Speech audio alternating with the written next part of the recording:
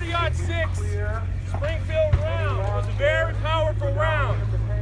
Now some of you may be looking at this gun and think, it looks similar to something. This is actually almost a direct copy of the German K98 Mauser. It was so similar that international courts deemed it a copy in breach of contract. And prior to World War I, up until 1917, the United States actually paid royalties to the German government for the copy of that gun, for copyright infringement. 1917 happened, and then we stopped paying them. I don't know why, but I think World War I, we got into World War I, and we're like, you know what, we're at war with each other, we're gonna stop sending the checks. So this gun here, a lot of people don't really associate it with D-Day. Everybody always thinks of the M1 Garand, but this gun was used heavily.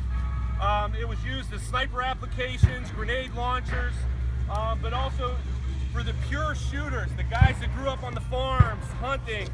They believed that this was a more accurate weapon system, and even up until this day, the U.S. Army and the Marine Corps still use bolt-action sniper platforms just like this one here. So we're going to have this trooper demonstrate the ability of this 1903. Take notice, every time he pulls the trigger, he's going to have to rack that next round in.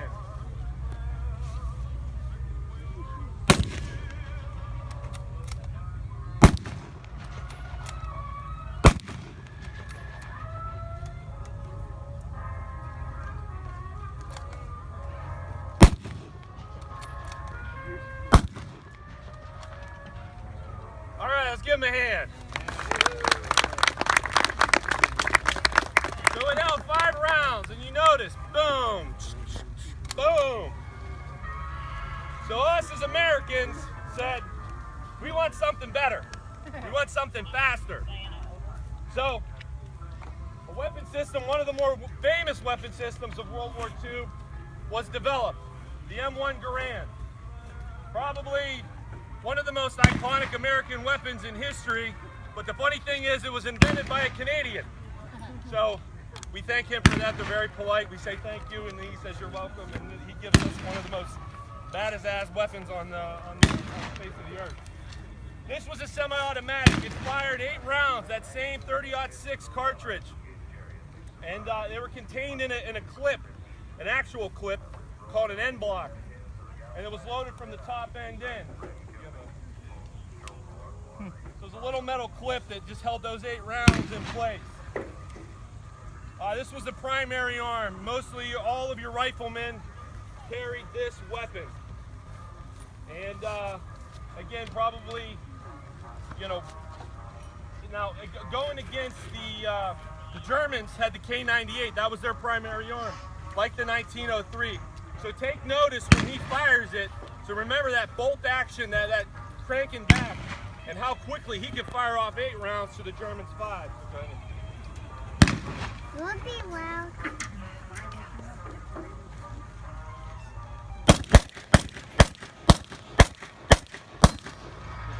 There we go. Let's do it again. Let's do it again. You got another one? All right, let's do it again. It's automatically. Now again, imagine you're a German with a K98, a bolt action, and all of a sudden you got a whole platoon of these firing at you. Ready, here goes. Can't even count it. Now you notice the ping. It's the famous ping. Everybody always hears that. You hear these, and I'm going to put to bed a myth. Now a lot of people, when they say, oh, the Germans, when the Germans listened for that ping, and when they knew they heard that ping, they came rushing in to get you. Now imagine you've heard 88 tanks, machine guns. You heard that firing going on in the background for the battle. Imagine hundreds of these things going off, and you're a German with a K98. You think you're going to be worried about listening for a ping? No, you're going to worry about keeping your head down. So that's typically a myth that you hear. You also hear guys, throwing the things off the helmet to imitate the clip ejecting. Rarely did that happen. It's not like, hey, this was happening every minute on the battlefield on D-Day.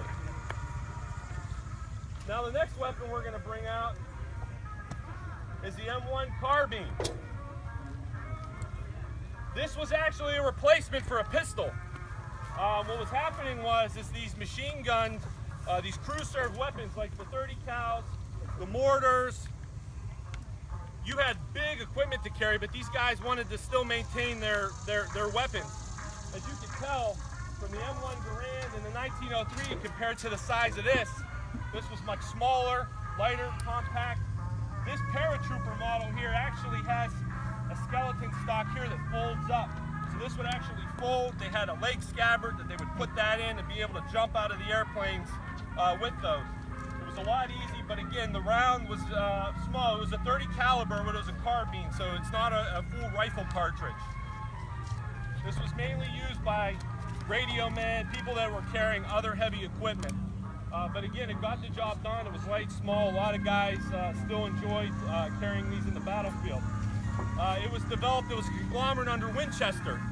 Winchester was, and there's really, if you look at the history of the carbine, there's not really one guy that developed it. It was more of a, this guy started this and this guy picked this up. And usually there's about 5 to 6 guys that are claimed to be the godfathers of the M1 carbine, but it was developed within the Winchester family. So we're going to go ahead and fire off some of these here.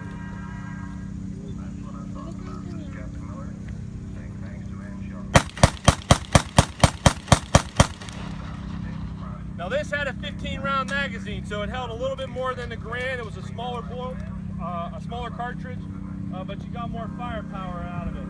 So let's give Jeff here a round of applause. Thank you for the cartridge. We'll see him again a little later. All right. All right. So this next gun is, I don't think a lot of people have heard of it.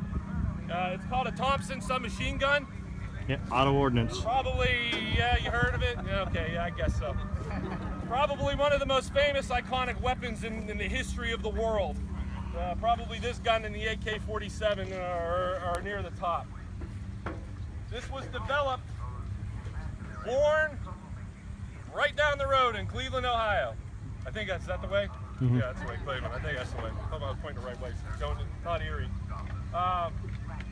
But yeah, when this was developed, auto ordnance was just the name, and this was developed in downtown Cleveland. A lot of the early experimental tests were done by the Cleveland Police Department. You see a lot of the tests being done. You'll see police officers hanging out the window, you know, in pictures, promotional photos. That's the Cleveland Police Department. The gun, the first 15,000 of these were made by Colt. Those were the guns that John Dillinger had, Al Capone. Those were the guns that they had, and at the time it was designed for World War I. It was meant, they called it a trench broom. That was its kind of given nickname. The idea was that when you charged up to the trenches in World War I, when you got in the trench, you didn't want that bolt action gun. You wanted something fully automatic you can walk down that trench with. It didn't make it to World War I, so now they're sitting there with 15,000 guns going, now what the hell do we do with these things? So they start selling them to hardware stores, and they were, you know, Sears catalogs. Hey, buy a Thompson submachine gun for $200. And that's what it was. The Outlaws liked it. They loved it. We tried selling it. The Marine Corps was one of the first of our branches to pick it up. We tried selling it to the British, and at the time, the gangster image, all the movies, they were like, no, we don't want a gangster image in His Royal Highness's army. And then a guy by the name of Adolf Hitler starts some shenanigans in the 30s, and the British go, you know what, if we reconsider that, we'll buy the gun. We'll buy the submachine gun. So they started buying them in quantity, the Army starts using it, and then, you know, it just kind of rides its way out into history. This configuration that you see here is kind of that gangster image, and a lot of people, it has the vertical foregrip. Actually, if you've seen the Band of Brothers on HBO, I'm sure a lot of you have seen it. There was a gentleman in the company named Buck Taylor, and he actually jumped in with this configuration. There's a lot of photos that guys would jump in with this type of configuration, the older style on D-Day. Said he wanted to give the Germans his best James Cagney impression. So I think he did with that. So we're going to let Aaron here show us and demonstrate the firepower of the Thompson. Was it accurate? What's that? Was it accurate? No, not at all. It was what you call spray and pray.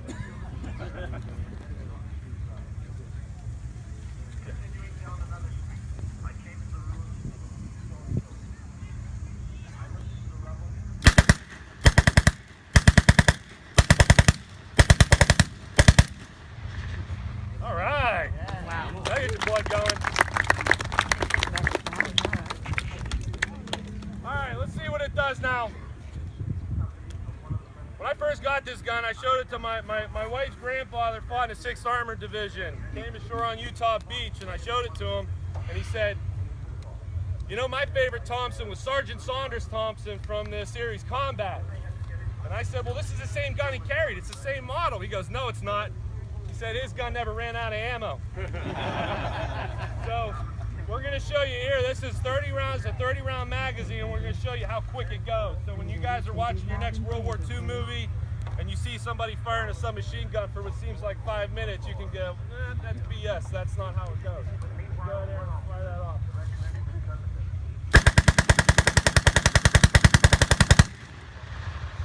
That quick. Wow. Can I touch the barrel? If you want, what? I can guarantee I'd have half your hand probably embedded into that barrel. It's a very, very hot barrel. Who wants to see it one more time? One more time. Yeah. All right, let's do it. Not like 45's expensive. Oh, sorry, it was fired at 45 ACP. So the 45 ACP, and people ask, they're like, what was that round designed to do? And I said, stop people. That's basically what it was designed to do. Usually some rounds, well, it was developed for big game hunting, and then we used it for this. This was designed to stop people. Go ahead, let's do it again.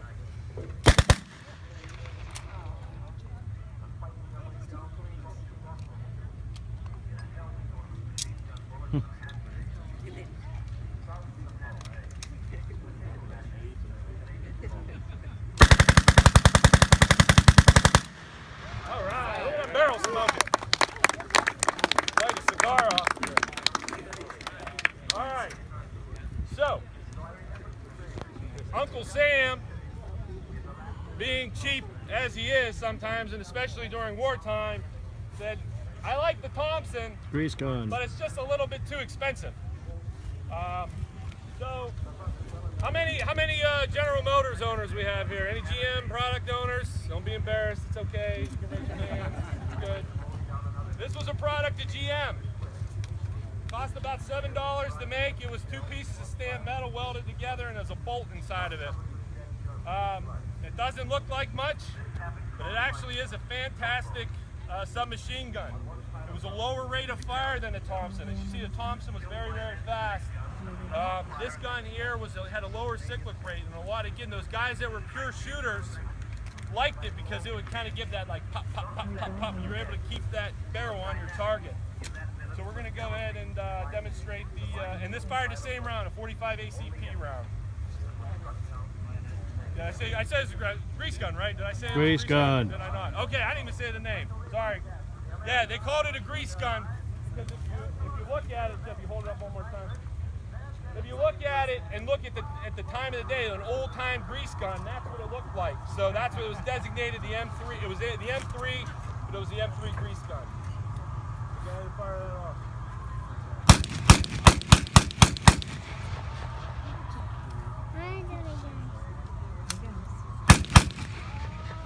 Notice how he's got his finger in the bolt, and that's by design actually. So he's actually, the bolt, there's a groove cut in there for the finger. So they're even too cheap to actually put a bolt handle on that. So literally you flip up a little hatch, you put your finger in and draw it back. You got another mag? All right, we'll fire another mag out of there. Sit down, please. As you can tell, guns can be finicky sometimes. Coming up at 13:30, German equipment and uniforms briefing in occupied France. Also, The light gun impact, the stock actually collapsed, so a lot of guys like this. As a matter of fact, this gun was actually used up until the late 80s into the early 90s for the first Gulf War. Tankers still used them. So that gun there that was developed in World War II for about $7 was still being used in Iraq, Kuwait, At where the the first bottom of Gulf the War hour, tankers had them. They liked them. 1:30, They were compact and they could be kept in there. I never believed it. A guy came up to us one time and said, "I used one of those in the Gulf War," and I was like, until 3 I don't know o'clock, if that's true or where not. I ended up veterans will looking up, share and sure their enough, it personal was history. true. So another one of those, sure, you know, Hospitality camp. they don't make them like they used to, and this is one of those guns where, you know, it stood the test of time. It was still utilized throughout many years after World War II. Not to be outdone, Auto Ordnance said, "Wait a minute, we still want your business, Uncle Sam." So this is what they came up with.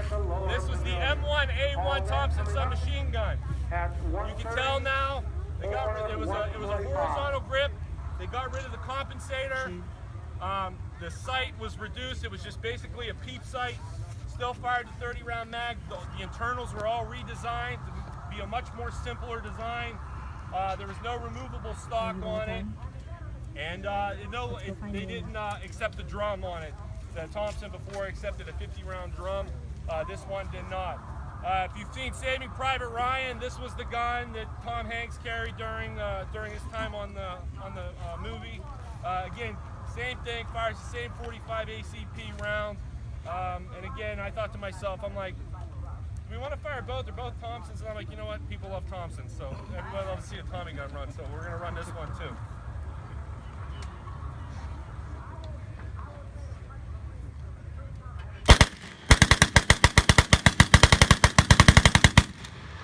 All right. All right, let's do it one more time. One more time before we get to the big stuff.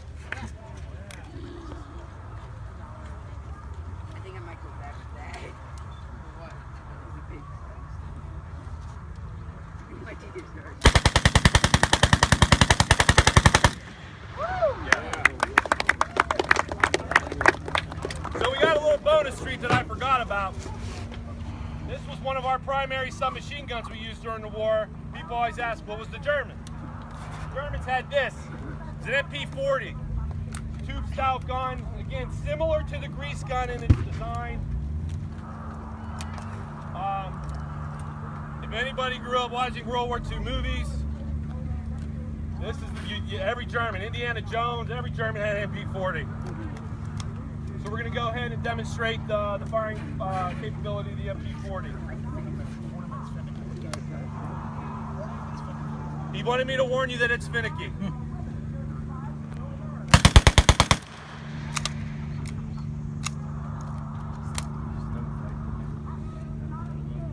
Work with the feed ramp. He wasn't lying to you.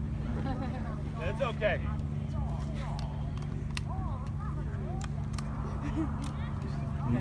All right. So, give him a round of applause. It happened. It happened. All right. So the next gun we're going to bring up, we're going to get into some of the bigger stuff here. This is a Browning 1984 belt-fed air-cooled machine gun. There was an original variant of it that was water-cooled. It had a water jacket around it. This one here, air-cooled, a lot lighter. The paratroopers use this. They jumped with these guns. It fired a 30-06, the same 30-06 cartridge that the Garand in the 1903 fired, but it was belt-fed. It was fired from either cloth belts or metal links. There was two doctrines at the time. The Germans and their MG42s, their MG34s, the attack was centered around the machine gun. So everybody supported the machine gun in the assault, whereas the American doctrine was our machine guns supported the infantry assault as a base of fire weapon. So our gunner here is going to demonstrate just firing a few rounds here to show its capability.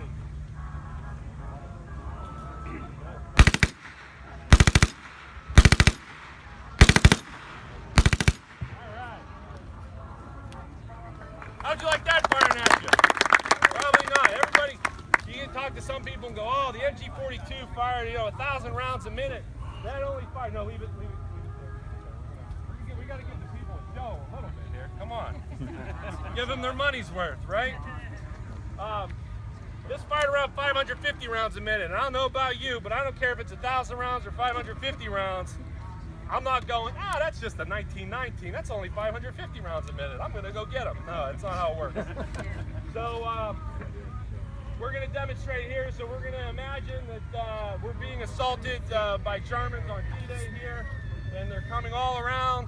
And we need that 30 cal to keep them pinned down so we can go around and flank them. So go ahead and fire away with that belt up.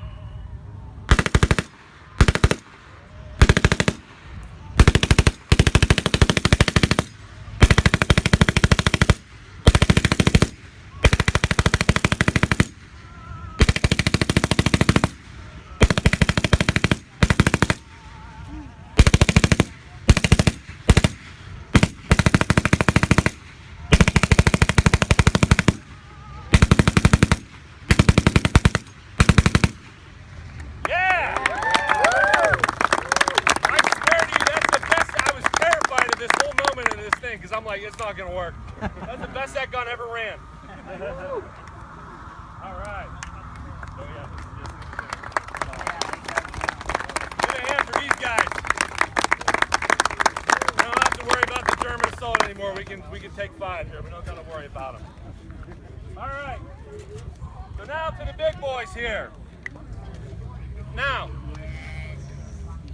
say we can't see the Germans.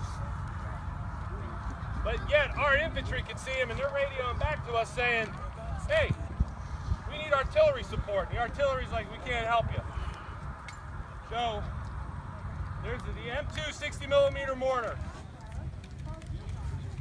It was an indirect firing device. How many kids here? I don't know if it's still cool or not. You guys play Angry Birds? Angry Birds? This is like a game of Angry Birds. It's really what it is. But instead of firing the birds, we're firing a high explosive round, and then instead of pigs, we're firing them into Germans. So it's the same concept. So we're just going to kind of walk through how this would be deployed and fired. Okay, so the first thing, the squad leader would have the cleaning staff right here, and he would go up and he would place it and point in the direction that he wanted that mortar fired, right there. Lay that down. The next person in the squad would come up with the base plate, and he would place that base plate right near that cleaning staff.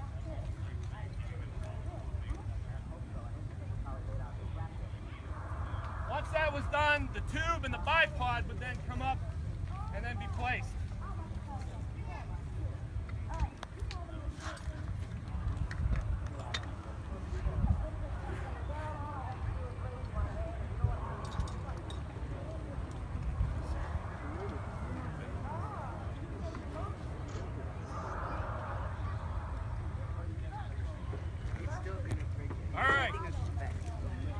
Once that was done, squad leader would be using his radio over here, talking to a forward observer. They would be giving him where that area is, and from that area, he would then give them commands to then fire the round. Got a vehicle down there. Vehicle on the other side. Hold up. All right. This is what you call an unsafe situation. Yeah, friendly fire, that's how it happens, right there, folks. Move your ass.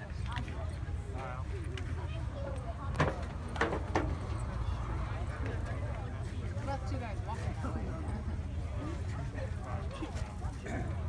All right, we're going to fire the first round here. Walking down. Hold on.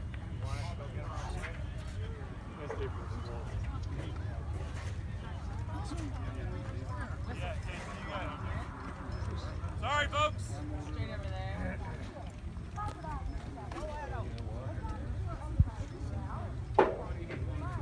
That's why air horns are helpful. Collateral damage.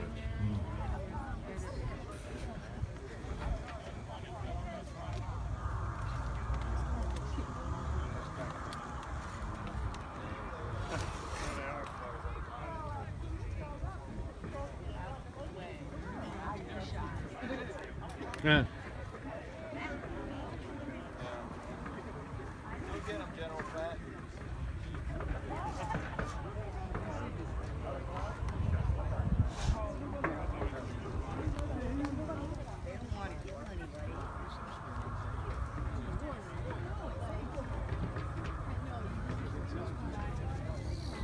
run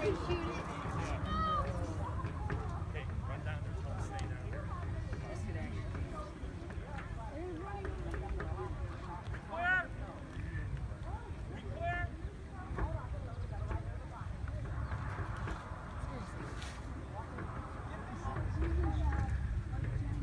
Ladies and gentlemen, just want to let you know that the Higgins boat rides are over for the day. We appreciate everyone who made it down there, but you don't go down there now. The Higgins